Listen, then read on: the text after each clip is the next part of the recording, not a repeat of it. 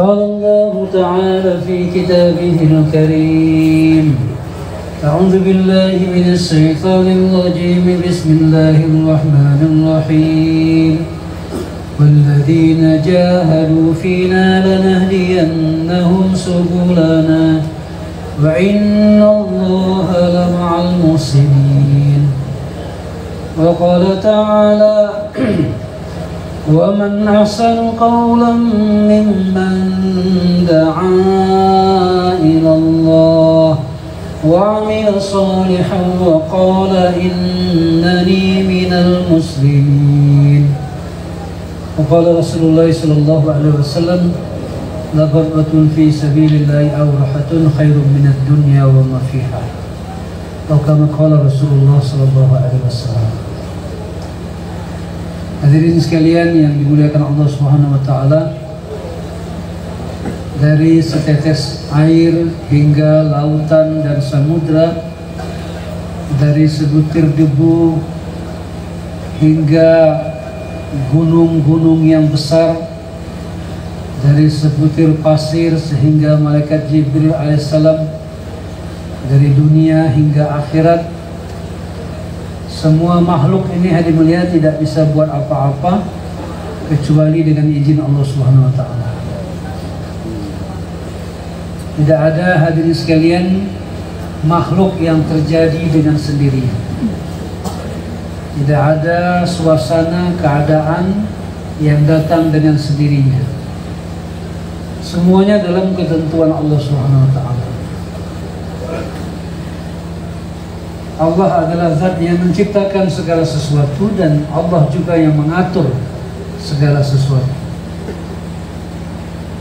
Hadirin yang dimuliakan Allah Subhanahu wa taala, keyakinan inilah hadirin yang kita harus masukkan ke dalam hati kita. Bahwasanya makhluk tidak bisa berbuat apa-apa, yang bisa berbuat segala sesuatu hanya Allah. La ilaha illallah. Hadirin mulia, Allah adalah zat yang maha mengetahui apa saja yang baik untuk kita dan yang tidak baik untuk kita. Semua makhluk ini hadirin mulia Allah ciptakan untuk kita, manusia. Inna dunya khuliqat lakum. Sesungguhnya dunia ini diciptakan untuk kamu manusia, untuk kita hadirin. Apa saja hadirin mulia? Matahari yang kita lihat terbit di pagi hari, tenggelam di sore hari, walaupun itu hadirin bermanfaat juga untuk makhluk yang lain, tapi pada hakikatnya sebenarnya Allah ciptakan matahari itu untuk kita manusia. Bumi yang terhampar, lautan yang terhampar itu hadirin, dengan segala isi yang ada di dalam daratan, yang ada dalam lautan, semua itu Allah ciptakan untuk kita manusia. Tumbuh-tumbuhan hadirnya yang tumbuh di atas tanah itu semuanya penciptaannya adalah untuk kita. Coba Bapak bayangkan, makhluk apa hadirnya yang perlu kepada cabai, kepada merica, ketumbar, jahe, lengkuas? Siapa yang makannya? Adakah jin perlu dengan itu? Adakah binatang-binatang perlu dengan itu?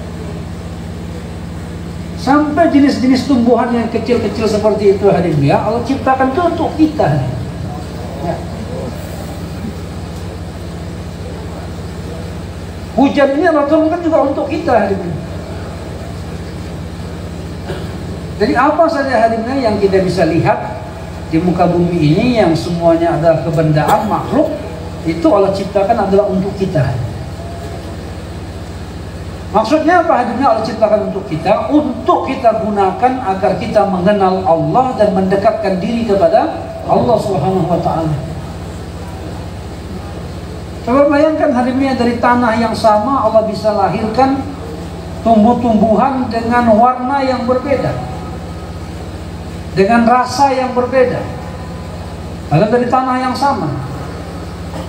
Bahkan kalau kita mau kecilkan, kita ambil ember isi tanah, kita tanam hadirin, taburkan bibit cabai dengan bibit tomat, yang bentuknya kalau kering sama itu hadirin, cabai dengan tomat.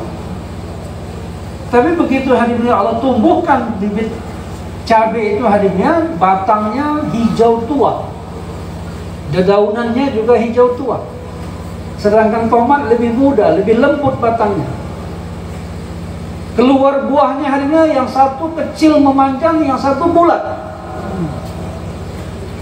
Setelah dua-duanya memerah hadimnya, kita rasakan yang satu pedas, satu manis. Dari tanah yang sama hadimnya.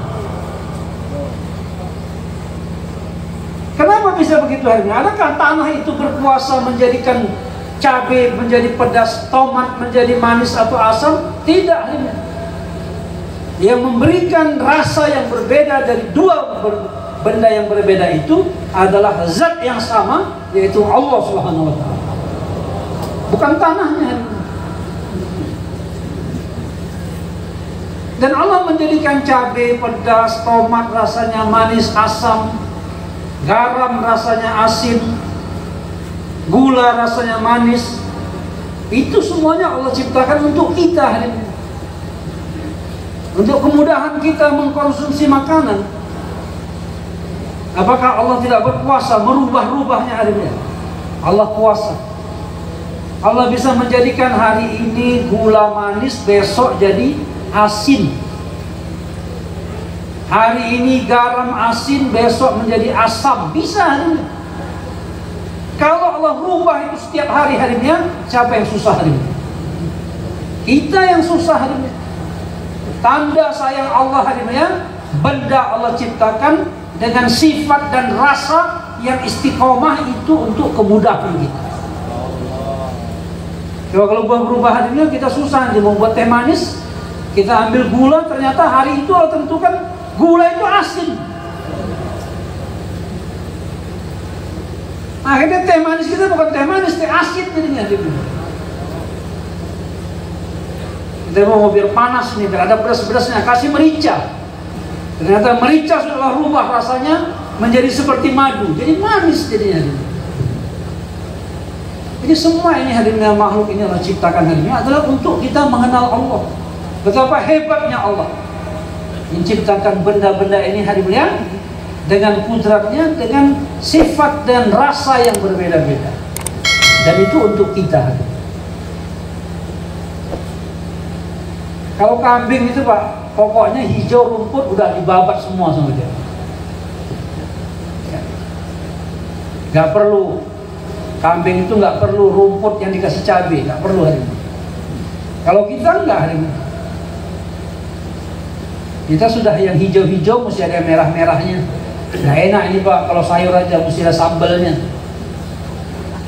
Itu tanda sayang Allah kepada kita hari ini. Kita ini adalah makhluk yang makanannya jenisnya paling banyak diberikan oleh Allah SWT. Apa maksudnya hadimnya Allah berikan kepada kita hadimnya berbagai macam jenis makanan, pingin ini, pingin itu, pingin ini, pingin itu. Ulama kita mengatakan hadimnya Allah berikan kepada kita hajat yang banyak. Dari segi makanan kita perlu makanan yang berbeda-beda, pakaian yang berbeda-beda. Maksudnya hadimnya agar kita selalu meminta kepada Allah Subhanahu wa Ta'ala. Kalau ada perlu apa-apa kita minta kepada Allah. Sahabat Nabi hadimnya kalau mereka perlu garam saja doa dulu kepada Allah. Hari ini hadimnya anak kita mau melahirkan kita lupa minta kepada Allah. Istri kita sakit kita minta kepada makhluk, kepada dokter, bukan kepada Allah. Sahabat yang kecil-kecil garam saja hadimnya. Mereka perlu garam, doa dulu minta kepada Ya Allah, Engkau yang menciptakan garam, aku minta garam kepada Engkau Ya Allah. Maka maksudnya hadimnya makhluk ini Allah ciptakan dan hajat kita juga Allah ciptakan kepada makhluk-makhluk ini adalah agar kita minta kepada Allah. Dialah Allah yang bisa memberikan apa saja yang kita butuhkan hari ini. Dan Allah tahu hadimnya mana benda-benda ini hadimnya yang baik untuk kita, mana yang tidak baik. Maka walaupun Allah ciptakan hadimnya ada benda-benda hadimnya yang memang Allah ciptakan, tetapi tidak Allah izinkan kita untuk memakannya. Ini diharamkan untuk kamu memakannya, ini diharamkan untuk kamu meminum. Kenapa hadirnya? Karena itu ujian untuk kita. Adakah kita taat kepada Allah atau kita mengikuti hawa nafsu? Maka dari situ kita yakinkan hadirnya dalam hati kita bahwasanya Allah adalah zat yang berkuasa atas segala sesuatu, yang mengetahui segala sesuatu. Maka Allah layak untuk disembah. Karena Allah pemilik segala sesuatu, penguasa segala sesuatu. Maka hanya kepada Allah kita menyembah, hanya kepada Allah kita meminta. Jangan meminta kepada selain Allah, karena selain Allah semuanya fakir, semuanya miskin harinya, tidak punya apa-apa. Zat yang maha kaya adalah Allah. Orang itu hari ini kalau manusia, sedermawan-dermawannya manusia, dermawannya itu ada batasnya. Kalau kita minta kepada dia, oh ya dia senang hati kasih itu.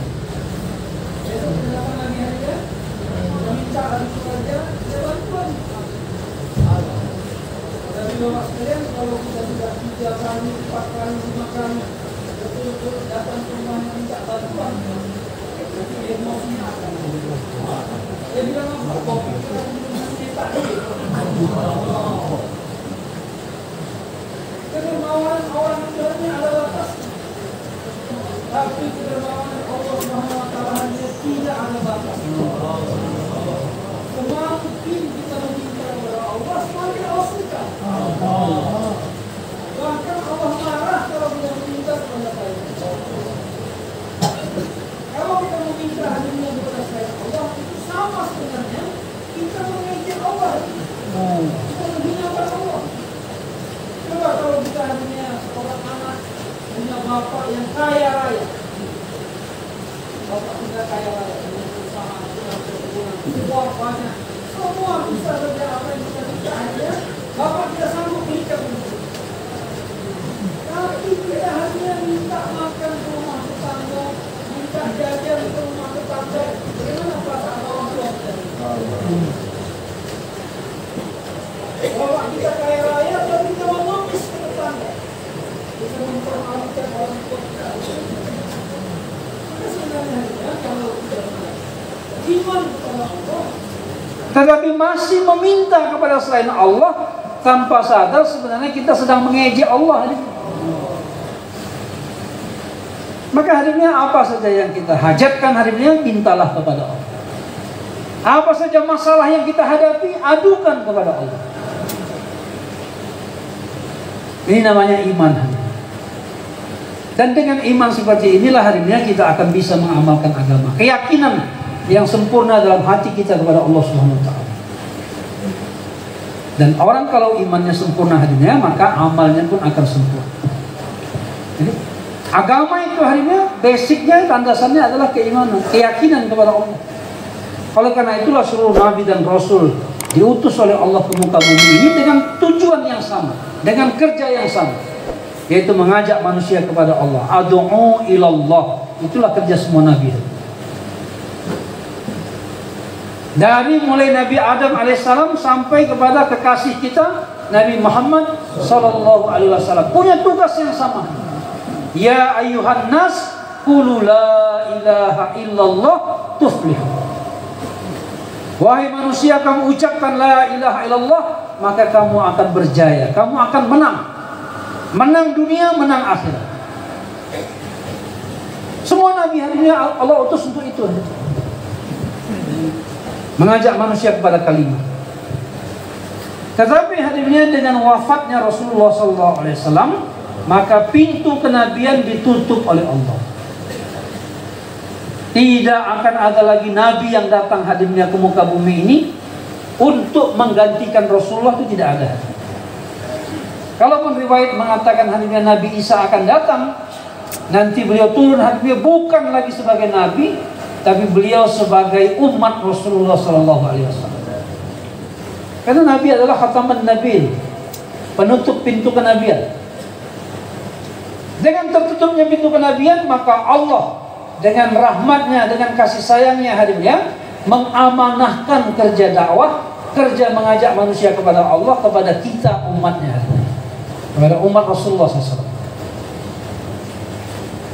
Dan ini merupakan hadiah terbesar yang Allah berikan kepada manusia selain Nabi dan Rasul, yaitu dengan diberikan amanah untuk menjalankan kerja dakwah.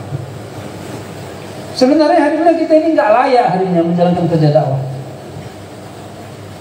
Dari segi fisik kita tidak layak, dari segi sifat kita tidak layak hari ini. Ya. Nggak ada kelayakan kita untuk melanjutkan kerja kenabian. Kalau kita lihat kisah-kisah para nabi hari ini, mereka yang Allah tunjuk menjadi nabi itu adalah orang-orang pilihan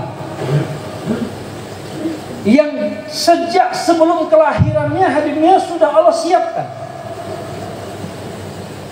Lihat hari ini bagaimana kisah Nabi Ibrahim.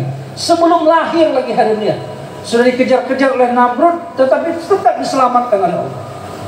Nabi Musa alaihissalam sebelum lahir dikejar-kejar oleh Fir'aun, tapi dijaga oleh Allah SWT.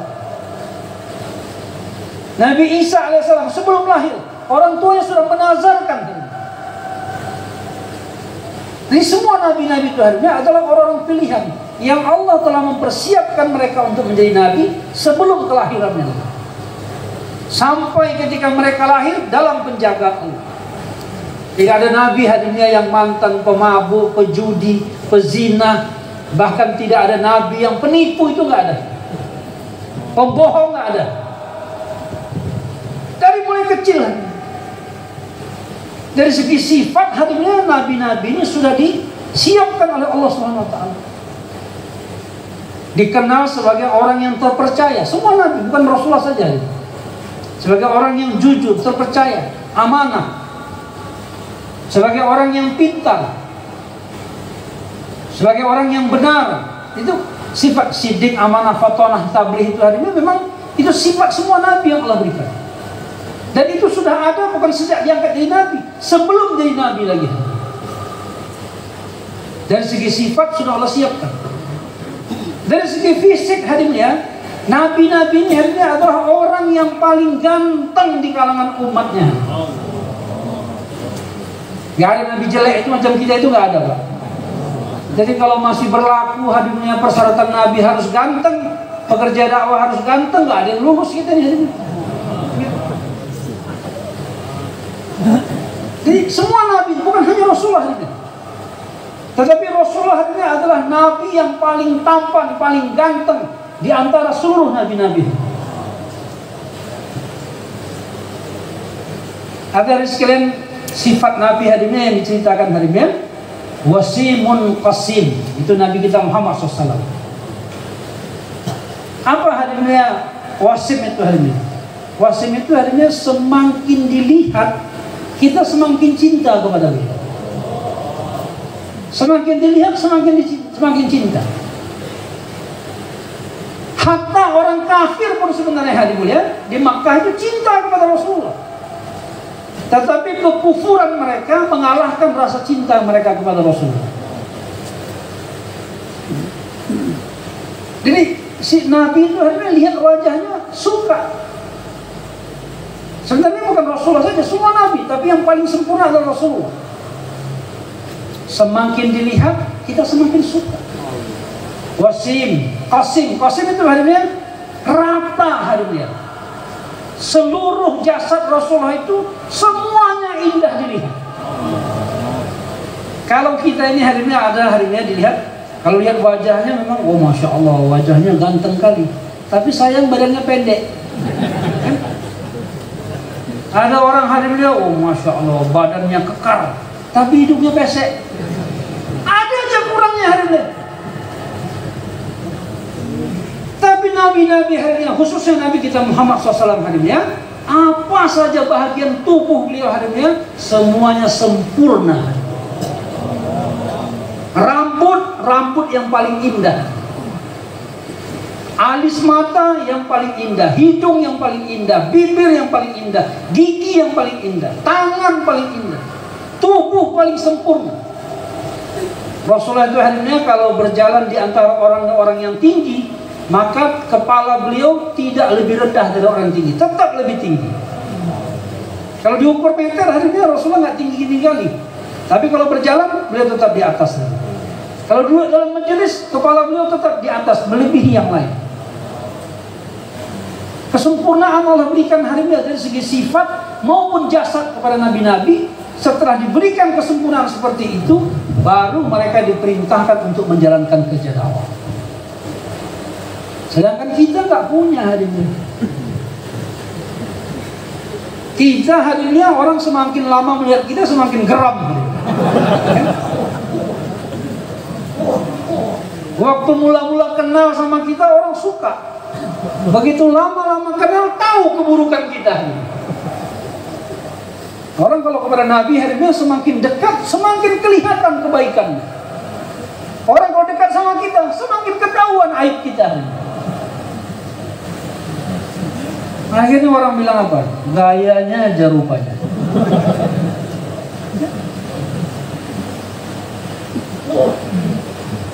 Dan kita ini gak merata harimnya. Di antara kita ini ada yang mungkin cakapnya yang pandai harimnya, bagus berkata-kata, tapi akhlaknya kurang baik. Ada yang akhlaknya baik tapi gak berani ngomong.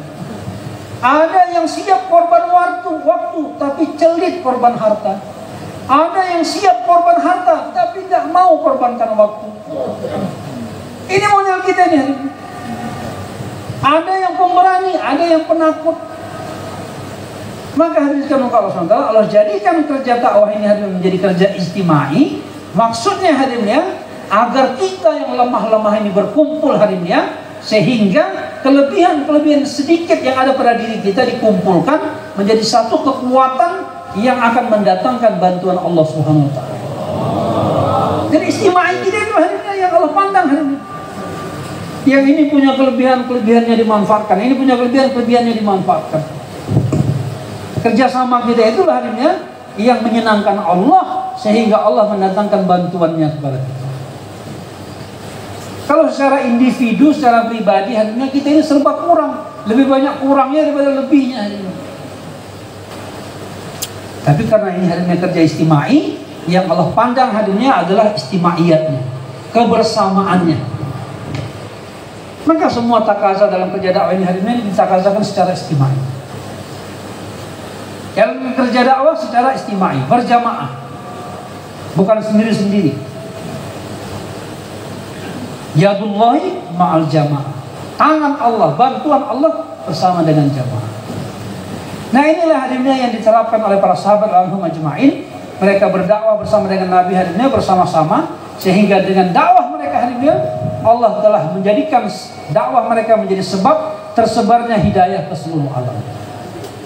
Tetapi hadirin sekalian, untuk menjalankan kerja dakwah ini hadirnya diperlukan hadirnya orang-orang yang siap korban lebih daripada orang-orang lain.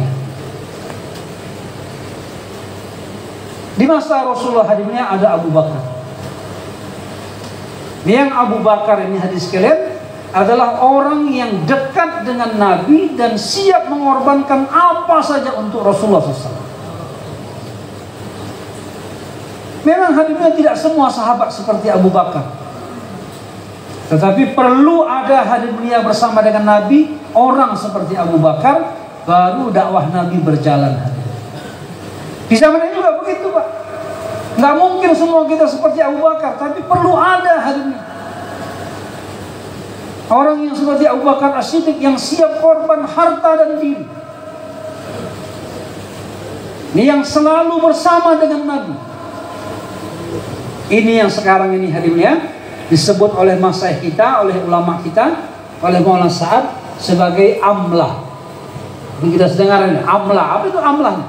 Amlah itu hadirnya adalah orang yang merasa bertanggung jawab atas maju mundurnya agama ini.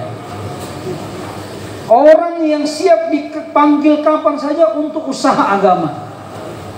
Itu namanya amlah, Pak. Dan amlah Rasulullah yang paling dekat adalah Abu Bakar As-Siddiq radhiyallahu anhu. Di mana ada Rasulullah, di situ ada Abu Bakar. Begitu Rasulullah diangkat menjadi nabi, kemudian orang pertama yang menerima dakwah adalah Abu Bakar dari kalangan laki-laki. Dan sejak itu hadirnya Abu Bakar pun ikut terus bersama dengan Nabi, sehingga perdagangannya terhenti, satu persatu asetnya, tokonya hadirnya dijual, sehingga 8 toko Abu Bakar habis sama sekali. Ini namanya amla itu betul. Orang yang siap menyambut takaza agama kapan saja, untuk apa saja. Siap menghabiskan apa saja. Kita sering dengar hadisnya bagaimana Abu Bakar hadisnya pernah 2 kali mengosongkan rumahnya. Kosong sama sekali. Pertama ketika hijrah dari Mekah ke Madinah, yang kedua ketika perang Tabuk. Ketika di Mekah akan hijrah, semua harta benda dari rumahnya dikeluarkan, diberikan kepada Nabi untuk persiapan keperluan hijrah Rasulullah dan sahabat-sahabat yang lain. Semua dihabiskan hari ini. Sehingga rumahnya kosong, melompong, nggak ada apa-apa di rumahnya. Sampai tikar-tikar koyak itu pun dibawa. Ketika di Madinah hari ini perang Tabuk, beliau habiskan semua hartanya. Riwayat mengatakan sampai jarum jahit yang patah pun, yang berada di senter rumahnya, itu pun diambil, bawa ke masjid hari ini. Sehingga rumahnya kosong sama sekali. Tidak ada benda yang tergantung di dinding, tidak ada benda yang terletak di tanah hari ini. Habis semua dibawa ke masjid. Abu Bakar 2 kali mengosongkan rumahnya untuk agama Allah. Kita pernah nggak mengosongkan kantong kita karena agama Allah ini? Jangankan rumah ini, uncang kita nggak pernah kita kosongkan karena agama Allah. Gimana agama akan hidup hari ini? Allah memandang hari mulia kepada pekerja dakwah ini sebenarnya hari ini bukan kepada majema', bukan kepada orang yang banyak, tetapi yang Allah pandang itu sebagai asbab hidayah yang besar adalah amlah, orang-orang yang siap korban lebih. Ketika hari mulia di perang Badar ada 313 sahabat yang mereka siap korban apa saja untuk Rasulullah. Itulah hari mulia Allah putuskan untuk menghasilkan, untuk menurunkan hidayah di seluruh alam. Itulah awalnya. Manusia mengatakan seperti itu. Maka di zaman ini kata manusia rahmatullah alaih, kalau ada 313 orang di muka bumi ini yang siap korban untuk agama sebagaimana Ahlul Badar, maka dunia ini Allah akan tundukkan kepada orang Islam hari ini dalam waktu yang singkat hari ini. Tapi hari ini belum ada hari ini. Tahun 2002 saya hadir di Istimewa Tonggi. Dalam bayan maghrib Haji Abdul Wahab, beliau mengatakan 2002. Beliau mengatakan Indonesia itu kalau ada satu saja dai yang Allah terima, sudah cukup untuk hidupnya dakwah seluruh dunia. Kata beliau begitu, berarti di waktu itu belum ada hari ini. Sekarang udah ada, sekarang pun mungkin belum ada hari ini. Orang yang siap korban seperti Abu Bakar. Ini amlahnya Rasulullah itu. Orang yang bersama dengan Nabi siap menyambut takaza apa saja. Dan bukan cuma Abu Bakar hari ini. Sahabat-sahabat yang lain juga seperti itu.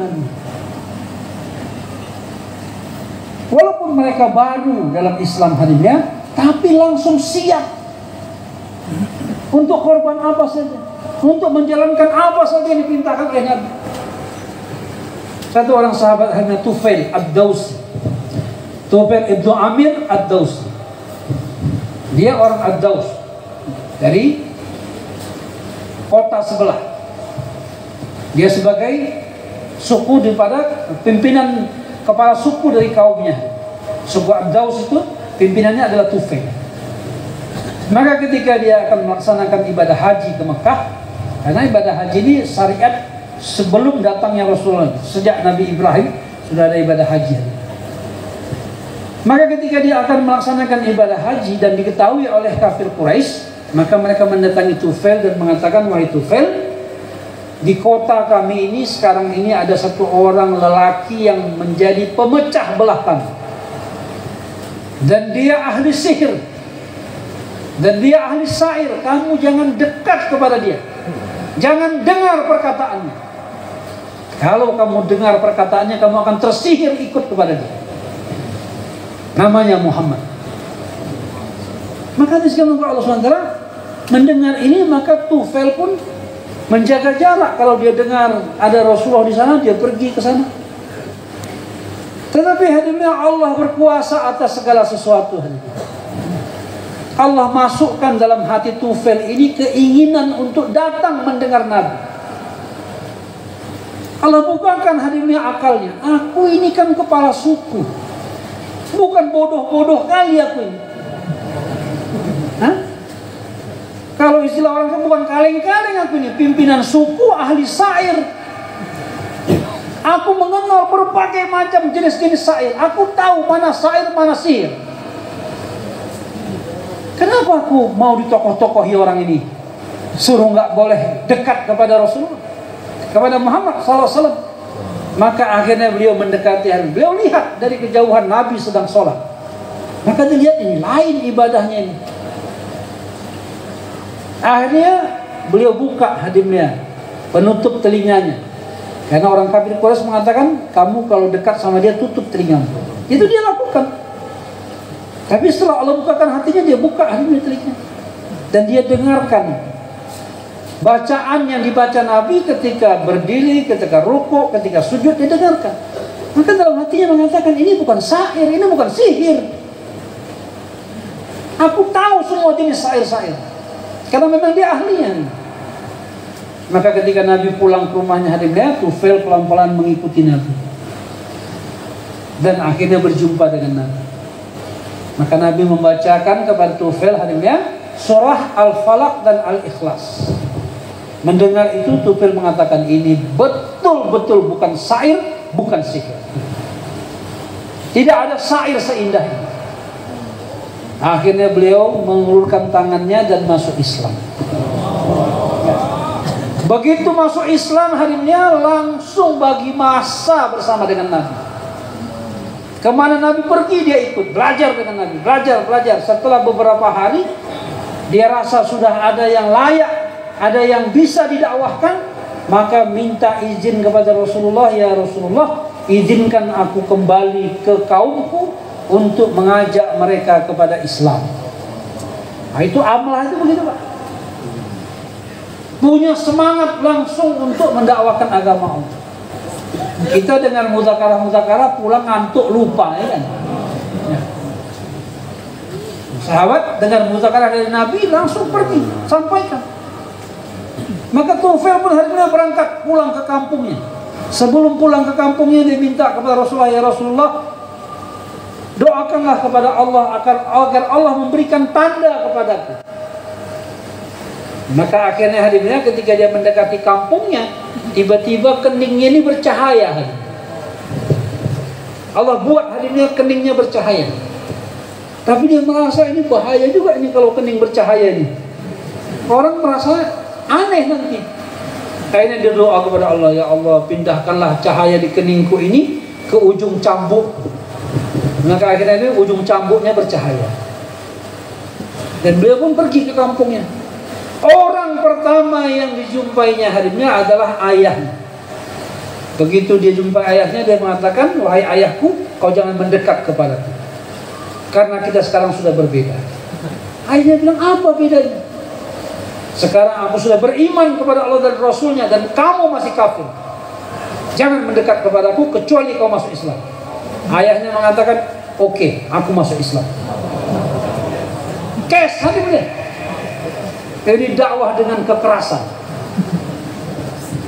Habis itu dia jumpa istrinya. Istrinya dekat, kau jangan dekat kepada kita, berbeda. Kenapa bang?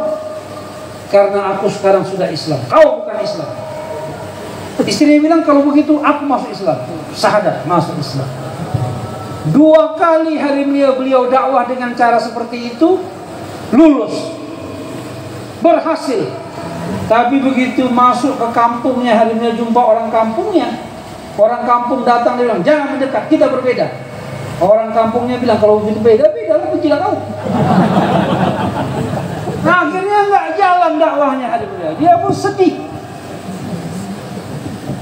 Maka Tufail ini harinya, karena beliau ini harinya adalah amlanya Rasulullah. Orang yang dekat dengan Rasulullah, siap menuruti apa yang diperintahkan Rasulullah. siap mengikuti arahan Rasulullah. Setelah melihat ini dakwahku ternyata nggak berhasil ini, maka akhirnya dia memutuskan, aku harus kembali ke markas, minta arahan, kasih Karguzari kepada Rasulullah, minta arahan apa yang harus dibuat. Maka beliau pun hadimnya kembali ke Mekah waktu itu, tapi Rasulullah sudah hijrah. Maka beliau akhirnya ke Madinah. Sesampainya di Madinah hadimnya, beliau pun Karguzari. Jadi Karguzari ini Pak memang amalan sahabat.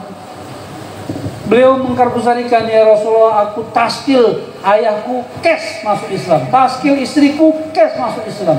Tapi orang kampung punya 2 tahun ku taskil, gak ada yang mau ikut. Maka Rasulullah bilang, apa rupanya yang kau buat? Begini-begini. Oh, gak betul itu, kata Rasulullah, bukan begitu. Maka Nabi ajarkan harinya dakwah dengan hikmah, dengan kelembutan, dengan ikram, dengan kasih sayang. Maka akhirnya harinya Tufail Ad-Dawsi radhiyallahu anhu, setelah beliau mendapat muzakarah dari Rasulullah, maka beliau pun kembali harinya ke kampung. Beberapa waktu kemudian harinya Tufail membawa 80 kepala keluarga suku Daus, semuanya dibawa ke Madinah, datang ke markas, semua masuk Islam di tangan Nabi. Begitu hadirin sahabat-sahabat itu begitu terima Islam, mereka langsung menjadi amlanya Rasulullah, menjadi wakilnya Rasulullah untuk mendakwahkan agama Allah.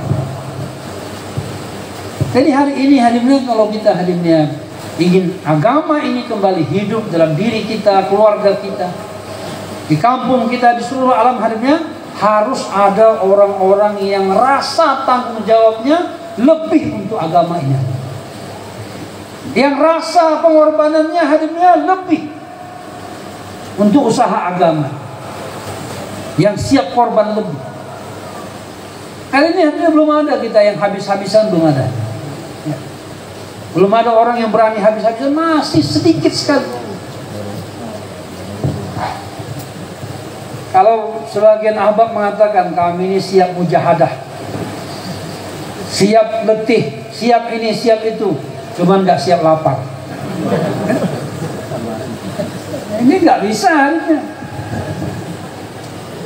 Nabi itu harinya kebiasaan para nabi safar dan lapar.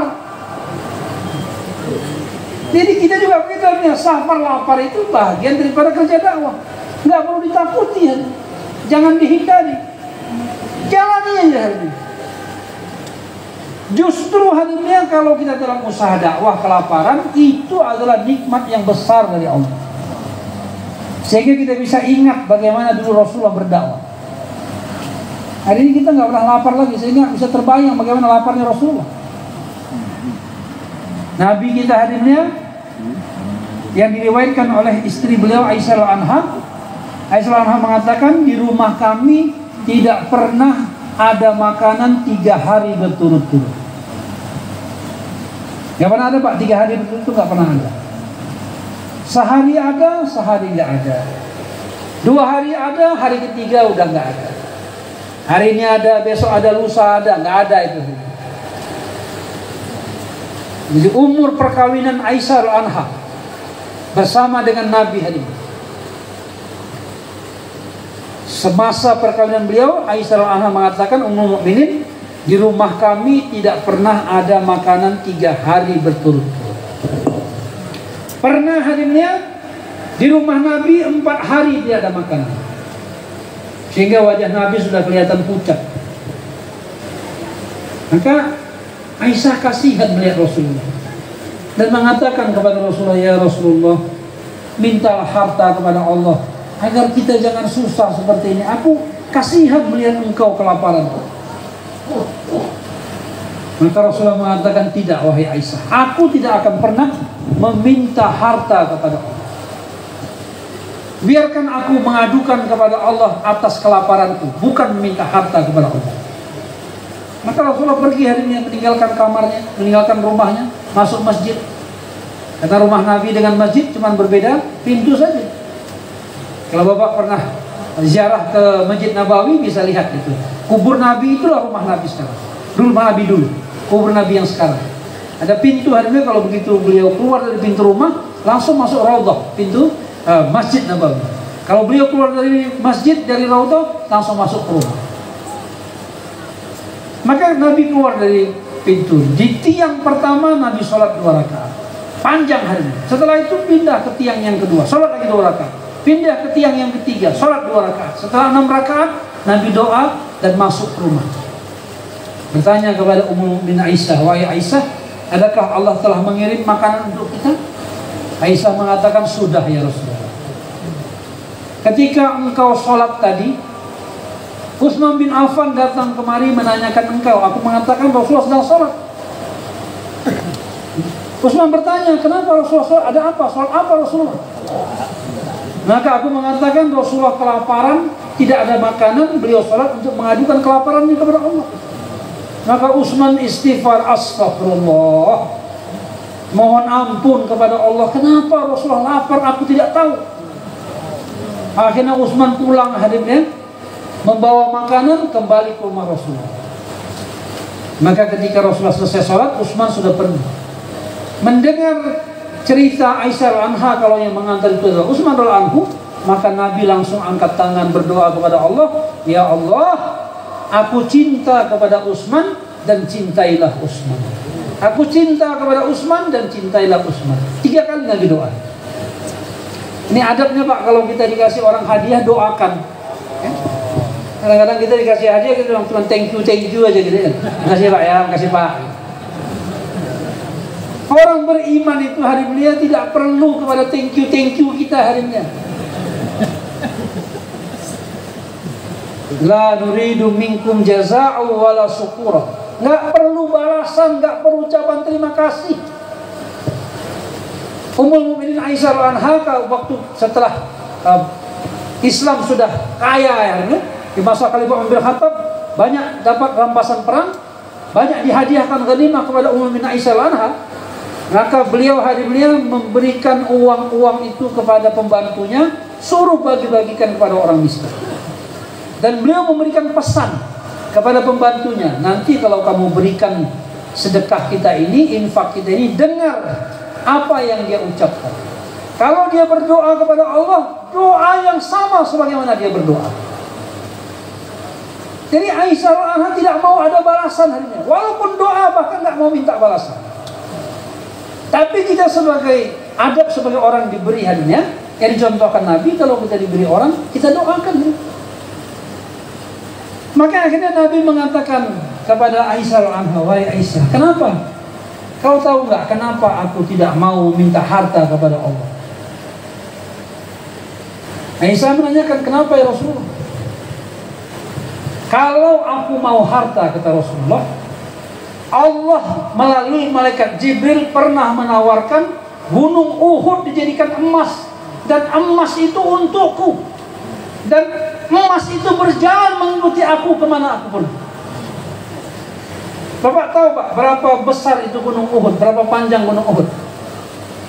Gunung Uhud itu panjangnya 14 km. Coba bayangkan berapa ribu ton itu emas hari itu, yang ditawarkan halal untuk Rasulullah. Tapi Rasulullah tidak terima.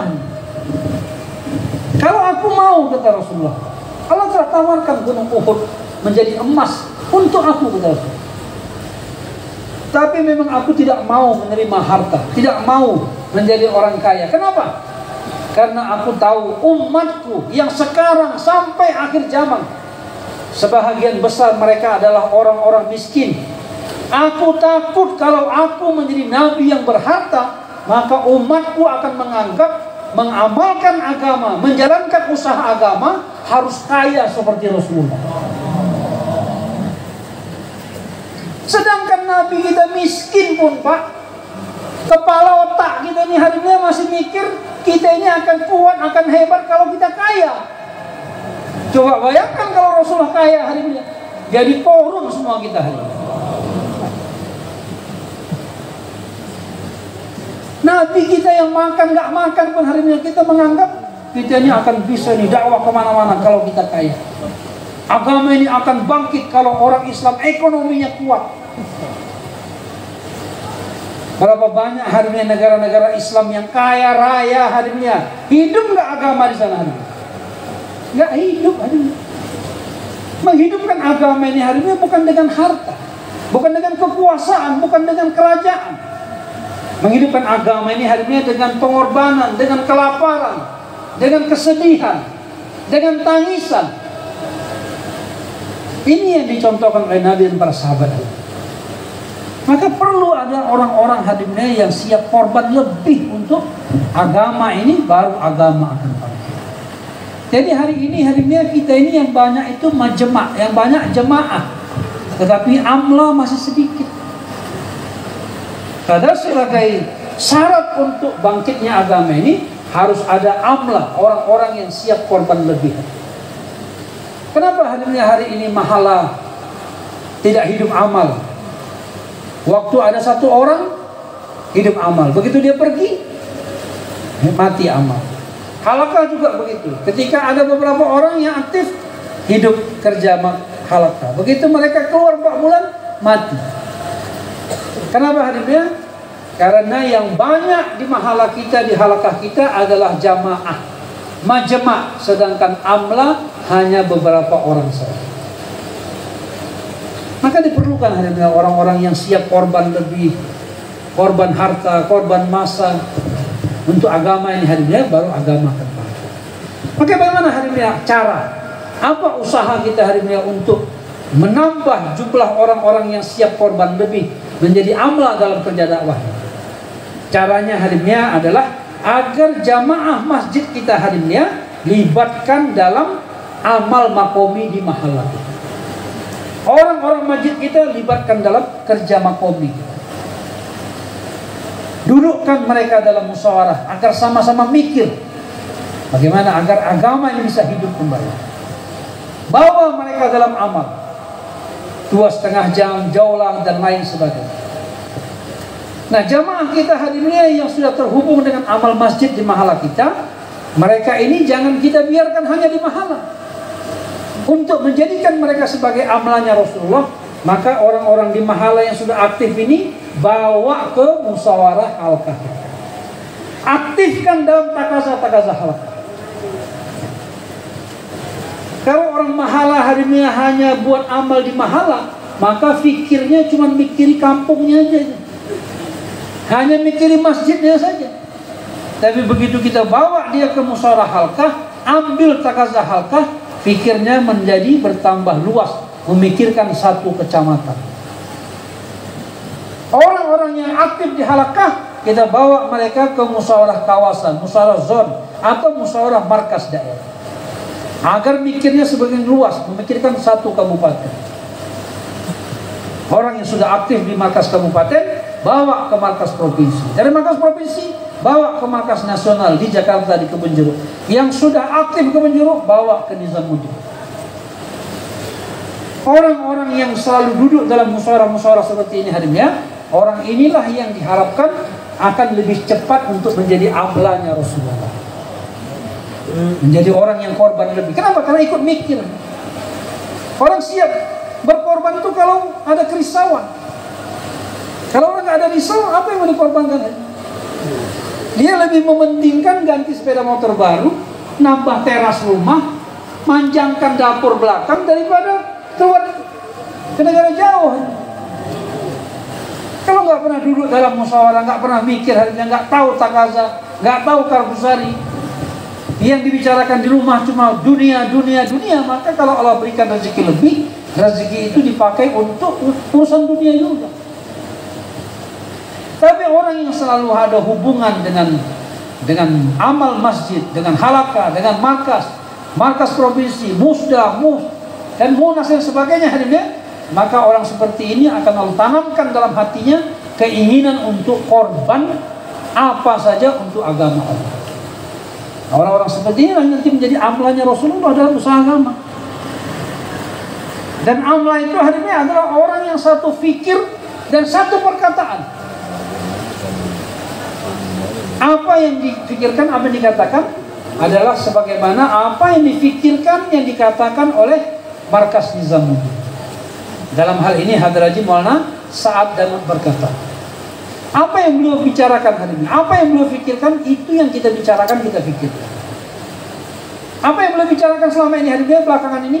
Yang beliau bicarakan bagaimana masjid hidup 24 jam. Bagaimana agar rumah-rumah hidup dengan taklim minimal dengan 5 amal. Bagaimana agar dari masjid keluar jamaah ke seluruh alam. Bukan cuma sekedar harimnya jamaah dikirim dari satu masjid dalam negeri, bahkan ke seluruh dunia. Dalam satu malfuzat beliau saat mengatakan, kamu jangan mengatakan masjidmu sudah hidup amal sebelum dari masjidmu keluar jamaah ke negara jauh. Walaupun sudah keluar jamaah 3 hari, itu belum dianggap hidup hari ini. Tapi kita pikir bagaimana dari masjid kita hari ini bisa dikirim jamaah ke negara jauh. Masih dia Insya Allah. Maka bagaimana memulainya hari ini? Memulainya dengan mengeluarkan jamaah 3 hari dari mahala. Jangan suka gabung-gabung dengan mahala lain keluar 3 hari. Walaupun 4 orang, 5 orang keluar sendiri. Ini menjadi cikal bakal harinya lahirnya jamaah 40 hari. Naik menjadi jamaah 4 bulan. Alhamdulillah dengan bantuan Allah Subhanahu wa taala, dari mahala saya tahun 2015 terbentuk satu jamaah sempurna ke negara jauh, jemaah Rijal ke Jepang. Tapi itu membentuknya harinya 5 tahun. Sejak 2010 diusahakan, 2011 nggak tembus, 2012 nggak tembus, 2013 nggak tembus, 2015 baru tembus. Yang keluar itu harinya satu terpaksa berhenti kerja, yang satu jual mobil, yang satu jual rumah. Bukan dengan mudah-mudah harinya. 5 tahun mempersiapkan. Baru terbentuk harinya jamaah dari satu masjid ke negara jauh. Habis itu kita targetkan lagi, bagaimana dari masjid kita bisa mengeluarkan jamaah mastur ke negara jauh. Alhamdulillah tahun 2018. Tapi itu memulainya kapan harinya? Mulainya harinya dari 2011. 7 tahun mempersiapkan jamaah mastur negara jauh. Setelah 7 tahun, baru dari satu mahala saya sendiri kita bentuk jamaah, seharusnya mau ke Cina, tapi dialihkan rute menjadi ke Vietnam dan Thailand. Jadi semoga Allah SWT untuk pembentukan jamaah ini harinya dari satu mahala ke negara jauh itu dimulai dari jamaah 3 hari yang kita keluarkan dari mahala. Nanti yang 3 hari ini harinya naik menjadi 40 hari, keluar sama-sama. Jangan dibiasakan harinya kita keluar sesama orang lama semua. Tadi sudah dikasih muzakarah sama komisore tadi hari ini. 2 orang lama membawa 8 sampai 10 orang baru. Yang 2 orang inilah yang amla itu, yang siap korban lebih, bawa jamaah. Kalau sudah terbiasa hadirnya kita keluar dari mahala sendiri, nanti akan terasa nikmat hadirnya keluar dengan mahala sendiri. Kalau kita hadirnya keluar dari mahala sendiri hadirnya, walaupun tafakut amwalnya ada yang banyak, ada yang sedikit, tidak menjadi masalah. Karena kita sudah satu hati. Waktu kita keluar ke Jepang, waktu itu tafakutnya hadirnya 18 juta. Di antara kita ada yang bawa uang, satu teman bawa uang 22 juta. Ada yang bawa 18 juta, ada yang bawa 15 juta, ada yang bawa 10 juta. Tapi karena itu satu mahala hadirnya, semuanya bisa sama-sama berangkat. Jadi zaman Nabi hadirnya nggak ada itu jamaah dibentuk dengan tafakut yang sama, itu nggak ada. Semua punya uang 1000 dinar, satu jamaah 1000 dinar diberangkatkan, nggak ada. Pembentukan jamaah hadir mulia di Masjid Nabawi hadirnya bukan atas berapa banyak duitnya, tapi tujuannya kemana.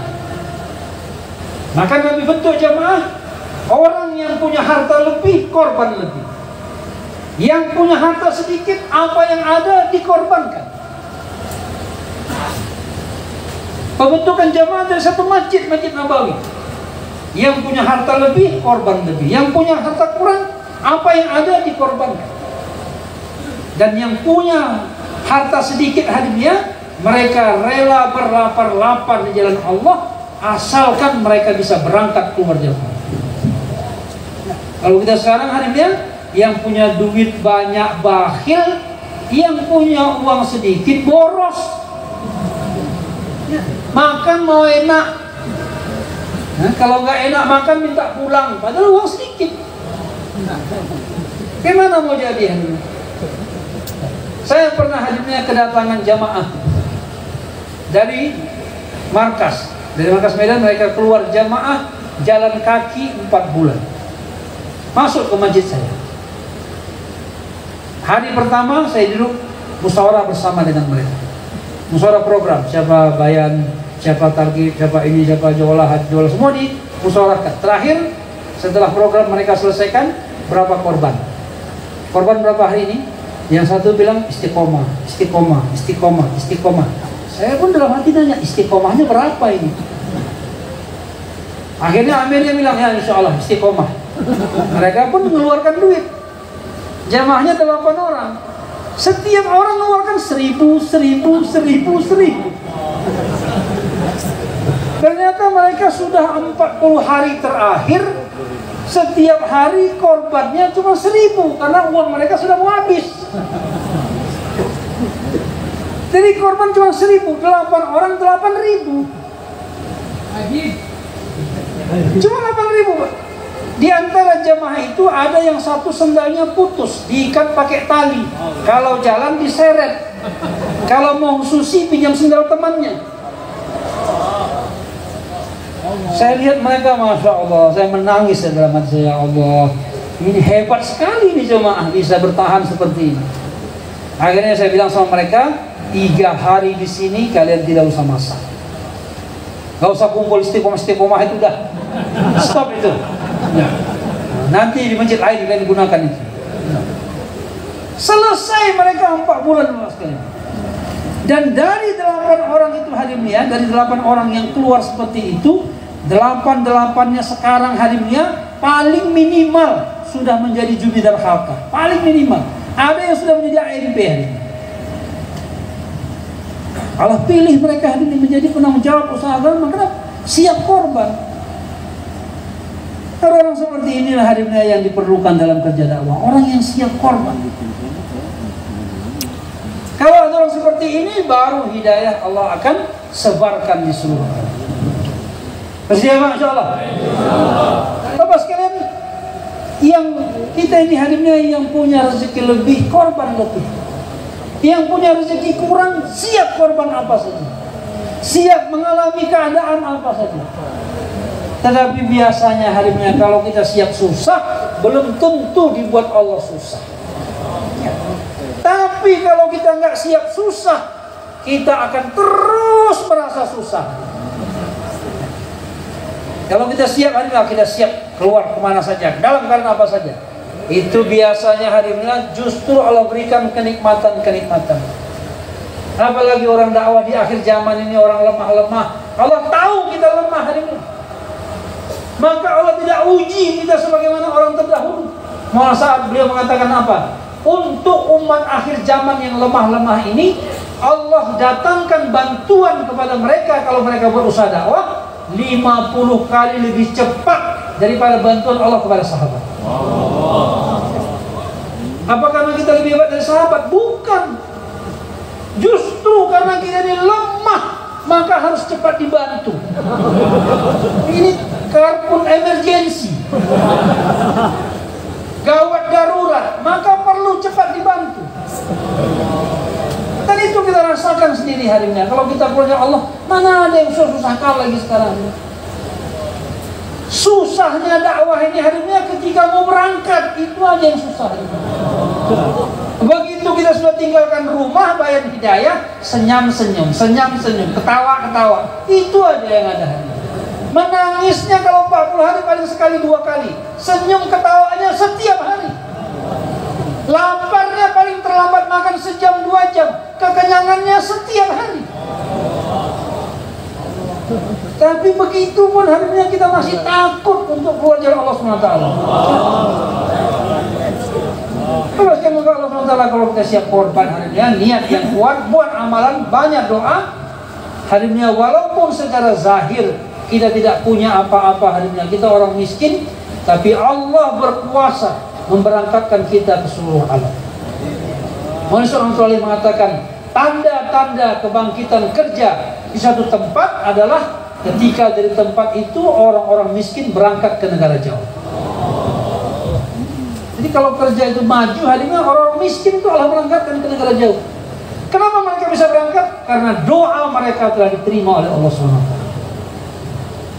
Kalau kita lihat hari ini jemaah-jemaah yang berangkat dari mana-mana daerah hari ini, itu hanya 1-2 orang saja hari ini orang yang berbeda.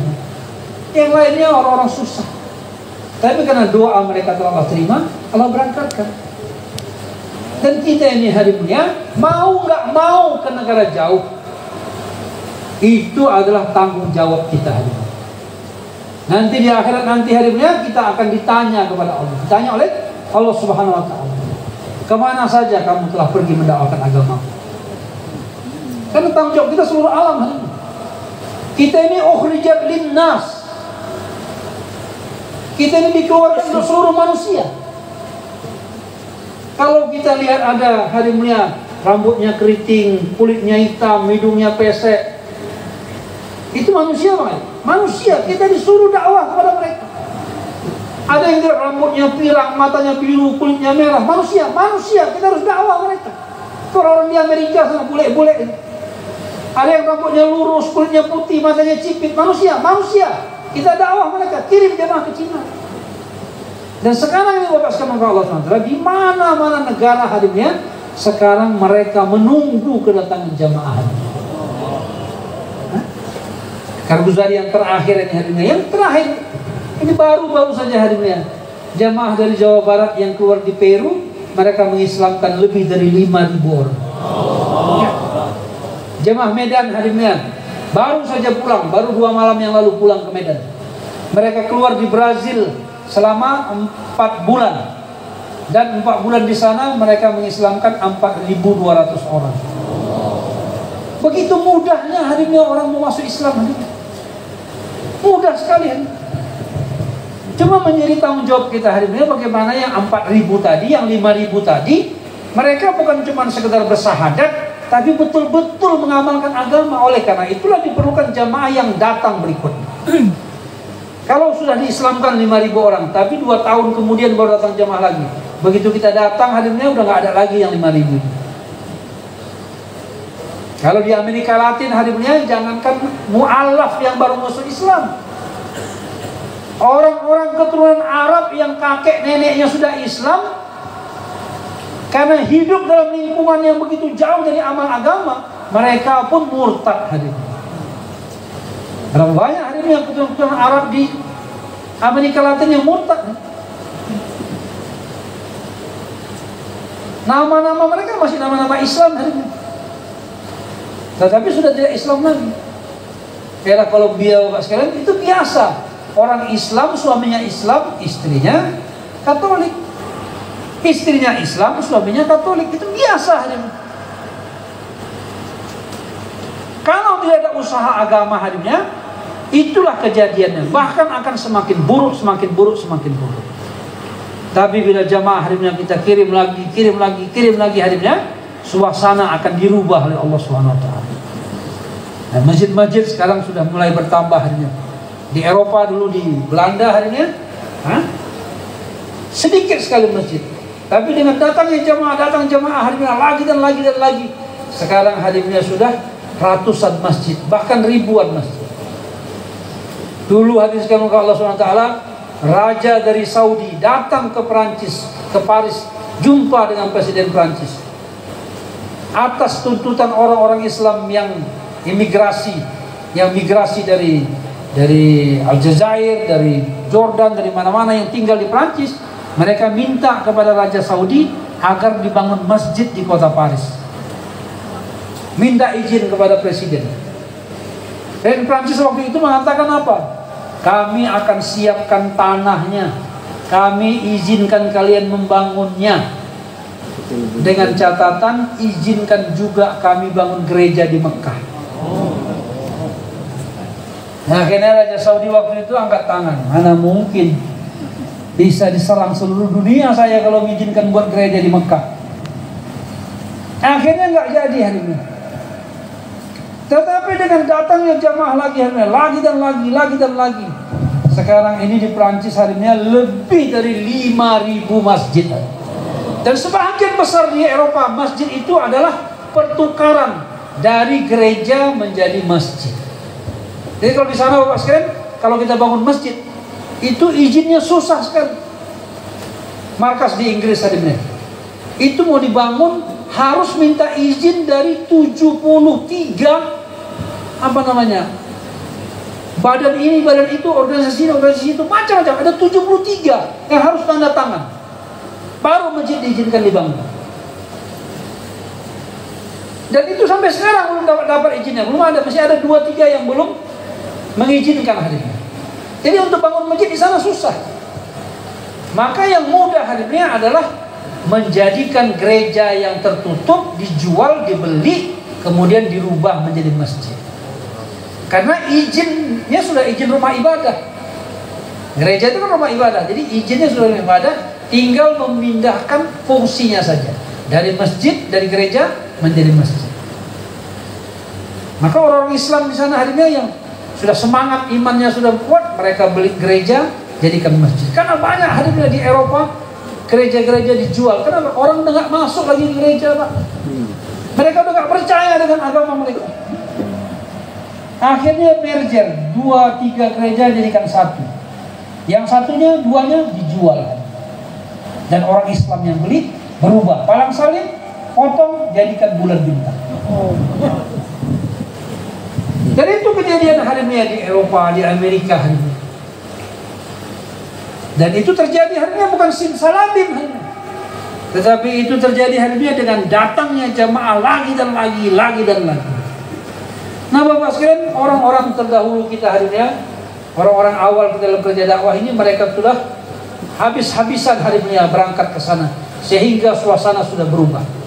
Nah apa hari ini saham kita hari ini untuk hidupnya agama di seluruh alam? Maka kita perlu hari ini catatkan nama kita, bentuk jamaah dari mahala kita, dari halkah kita, minimal dari markas daerah kita, untuk berangkat ke negara jauh. Sejalan insyaallah. Mahala mana? Kita taskil mahala. Mahala mana ini yang siap untuk berangkat ke negara jauh? Dari satu mahala. Ada nggak? Coba sebut mahalanya. Berapa orang ada ahbab IPB di mahala tersebut? Mahala yang ada ke ahbab 4 bulan IPB-nya Pak, berdiri Pak. Yang siap like a Hellcat.